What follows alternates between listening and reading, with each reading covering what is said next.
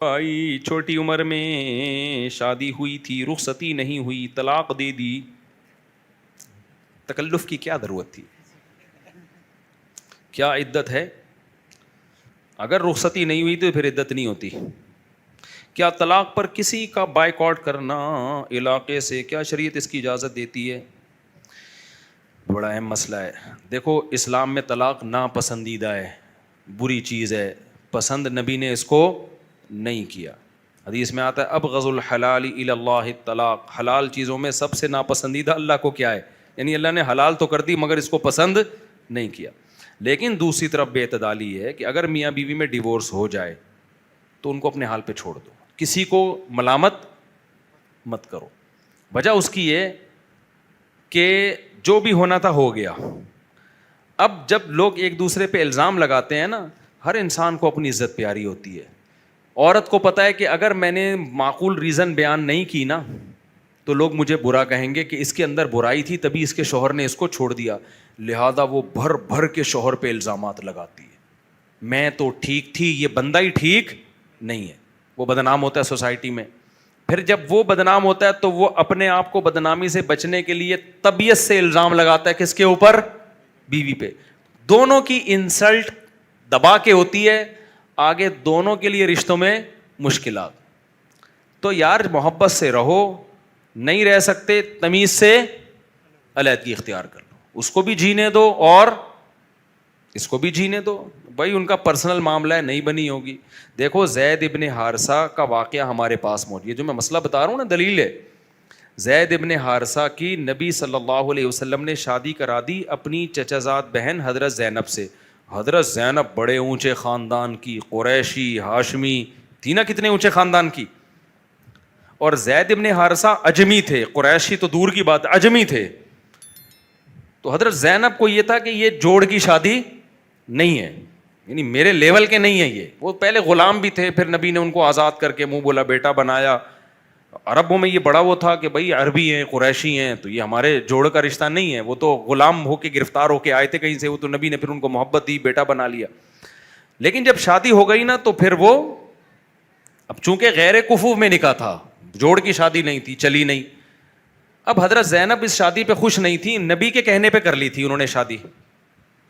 اب زید ابن حارثہ نے جب دیکھا نہیں چل رہی تو انہوں نے ارادہ کیا طلاق دے دوں۔ اب نبی صلی اللہ علیہ وسلم کو یہ تھا بھائی میرے مشورے پہ انہوں نے شادی کی ہے، طلاق ہو گئی تو ملامت کا امکان کس کو ہے؟ مجھے ہے نا۔ حضرت زینب کہیں گی دیکھو آپ کے کہنے سے میں نے شادی کی اور طلاق ہو گئی۔ یہ بالکل ایسے ہی جیسے آپ کسی کو مشورہ دے رہے ہو یار تو کر لی، اور پھر شوہر نے طلاق دے دی تو عورت کیا کہے گی؟ دیکھو ہم نے آپ کے کہنے پہ کی تھی اور میاں نے طلاق دے دی۔ اب زید ابن حارثہ طلاق دینا چاہ رہے ہیں، نبی صلی اللہ علیہ وسلم ان کو کہہ رہے ہیں مت دو طلاق، کیونکہ نبی کے مشورے پہ زینب رضی اللہ عنہ نے شادی کی ہے، ان کا گھر اجڑے گا تو ملامت۔ نبی کی چچا زاد بہن بھی ہیں، اب چچا زاد بھی تو ایک بڑا ایک رشتہ ہوتا ہے نا، کہ وہ بھی تو ایک رشتہ ہوتا ہے کہ بھائی یہ خاندان کے بڑے ہیں یہ۔ تو آپ صلی اللہ علیہ وسلم حضرت زید کو کہہ رہے ہیں امسک علیک زوجک، اپنی بیوی کو طلاق مت دو، واتق اللہ، اللہ سے ڈرو، یہ کام مت کرو۔ حضرت زید نے پھر بھی دے دی۔ حضرت زید نے نہیں بن رہی ہوگی، قرآن میں آیتیں نازل ہوئیں، لیکن اس کے باوجود بھی نبی نے حضرت زید ابن حارثہ کا بائیکاٹ نہیں کیا۔ چلو بھائی جو کام ہونا تھا ہو گیا، کہیں نہیں ملتا کہ زید ابن حارثہ کا بائیکاٹ کر لیا۔ غم تو ہوا ہوگا نبی کو، پھر تبھی حضرت زینب سے نبی نے خود نکاح کیا۔ اس میں حکمت ہی یہی تھی کہ اب وہ اس سے اچھا رشتہ پھر نبی ہی کا ہو سکتا ہے، تو اس سے حضرت زینب کے غم کی بھی تلافی ہوئی۔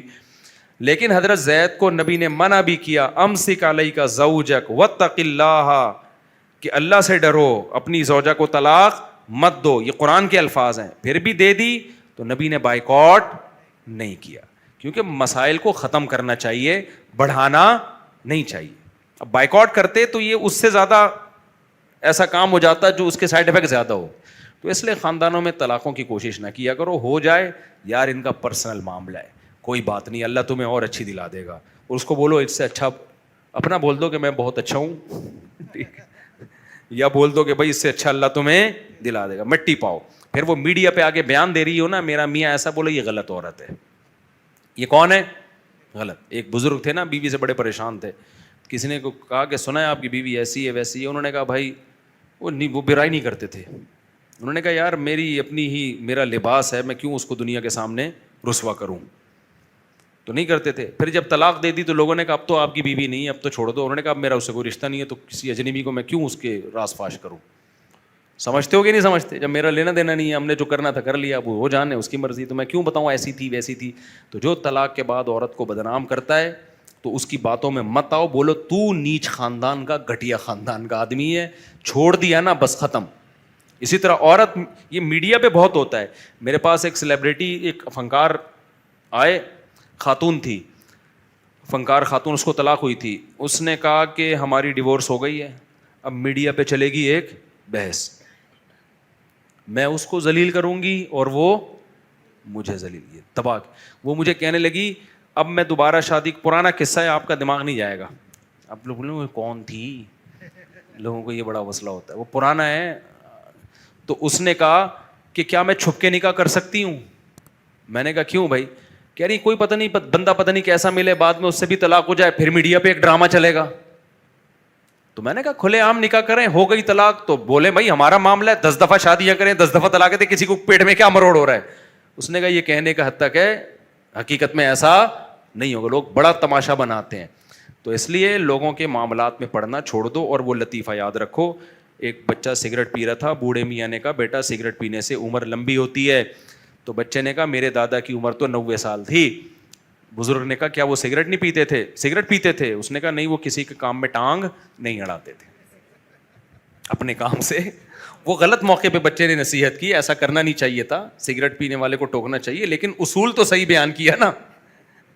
اپنے کام سے کام رکھو, خوش. اس کی طلاق کیوں ہو گئی, اس نے کیوں طلاق دے دی, وہ کیوں ایسا ہے, اس کی بیوی کیوں بھاگ گئی, تو چھوڑ دو یار. مائک دے دو بھائی, مائک دے دو, مائک لے کے گھومو نا, یہ کیا جیب میں ڈال کے بیٹھا ہوا ہے یار, اچھی بات. اچھا بھائی, السلام علیکم مفتی صاحب. وعلیکم السلام. مسئلہ یہ ہے کہ ہمارے رشتہ دار ہیں, منہ ذرا قریب کر لیں اس کو. ہمارے رشتہ دار ہیں, انہوں نے طلاق دے دی تھی اپنی بیوی کو. آج صرف طلاق ایسوسیشن کھول کے بیٹھا ہوا مجھے لگ رہا ہے. نہیں بات کوئی اور مسئلہ پوچھ پوری بات سنیں. جی. تو اس نے طلاق تو دے دی, اب وہ اہل حدیث ہو گیا. اچھا, اہل حدیث ہو کر واپسی بیوی کو لے آیا. ہاں, اب لایا, تقریباً اس کو 20 سال ہو گئے, اس کے یہاں بچہ بھی ہو گیا. اب اس کا رشتہ ہمارے دوسرے خالہ کے یہاں آ رہا ہے, تو کیا ہم اس کو بچی دے سکتے ہیں؟ ہاں دے سکتے ہیں. بچی کا کیا قصور ہے بھائی؟ اور جو لڑکا پیدا ہوا تھا, بچے کا کیا قصور ہے؟ وہ اس کو وہ تھوڑی فتویٰ لے کے پیدا ہوا ہے. اچھا, دوسرا یہ ہے کہ میں میرپور خاص سے آیا ہوں. دوسرا سوال یہ تھا کہ ہمارے گاؤں دیہاتوں کے اندر این جی اوز کام کرتے ہیں نا. کیا کرتے ہیں؟ این جی اوز والے کام کرتے ہیں. یونیسیف ایک ادارہ ہے, تو وہ واش روم بنا رہے ہیں, سامان دے رہے ہیں خدمت خلق کے طور پر. اس کے اندر میں بھی گیا تھا, تو اس کے اندر یہ تھا کہ اس کی نوکری کرنا جائز ہے ناجائز ہے؟ ہندوؤں کی مدد کرنا ثواب ہے بھائی, ہر انسانوں کی مدد. بلی کے بچے کو پانی پلائی یا کتے کے بچے کو پانی پلا کے اللہ نے بخشش کر دی, تو انسان ہے نا تو ان سے بھائی, مدد کریں چاہے کوئی بھی انسان ہو. نہیں, تو ہمارے کو نوکری دی گئی, اس میں پیسے ملے, کیا وہ جائز تھے یا کیا؟ یعنی ہم اس میں کام کرتے ہیں نا, ٹھیک ہے, صحیح ہے, جاب کرتا ہے, صحیح ہے. نہیں, حفاظت کے لیے کھڑے ہوئے ہیں نا, تو بم رکھ کے چلا جائے گا. تو میرے گھر کے قریب ایک مسجد ہے جس میں یا رسول اللہ لکھا ہوتا ہے, لیکن وہاں کے امام اجتماعی دعاؤں میں صرف اللہ کو پکارتے ہیں. بس امام اگر صرف اللہ کو پکار رہے ہیں تو ٹھیک ہے, صحیح ہے.